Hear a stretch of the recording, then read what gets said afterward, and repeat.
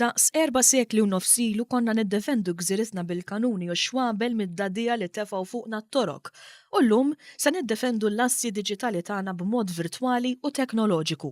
Propju fil-Forti Sant'Angelo li żamm s-sota l-ħbit wieħed wara l-ieħor, il-MITA nediet it-tieni fażi tal-kampanja tagħha dwar is-sigurtà diġitali. Din il-kampanja tolqot mhux biss liċ-ċittadini ta' kuljum li jagħmlu użu mit-teknoloġija fuq l-internet, iżda hija mmirata wkoll għal min iħaddem negozju jew għandu xi intrapriża. Hawnhekk sar appell qawwi biex fġieħ is-sigurtà diġitali nipproteġu l-użu tat teknoloġija u nużawha għal gwadann tagħna. Il-kap tal-informazzjoni tas-sigurtà fih dan il-MITA qal li b'din il-kampanja se jkun hawn iktar għarfien. Din il-fażi iktar intensiva, iktar fokata, qegħdin nużaw ukoll mezzi tradizzjonali billboards, televiżjoni, radio, adverts u ħajkunu qed nisma'hom fil-jiem li ġejjin, però qed nużaw ukoll nippruvaw nembedjaw il-messaġġ sottilment fil-ħajja ta' kuljum tal-persuni.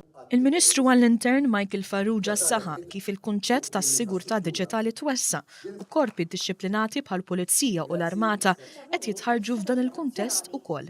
Fejn hemmhekk qegħdin nagħmlu anke taħriġ lil dawn il-persuni kif jistgħu jilqgħu minn attakki li jistgħu jsiru, kif irreaġixxu u anke kif joħorġu mill-ewwel ħalli jmorru għan-normalità u jkunu ta' servizz għall-pajjiż u għat-tisħiħ tal-ekonomija.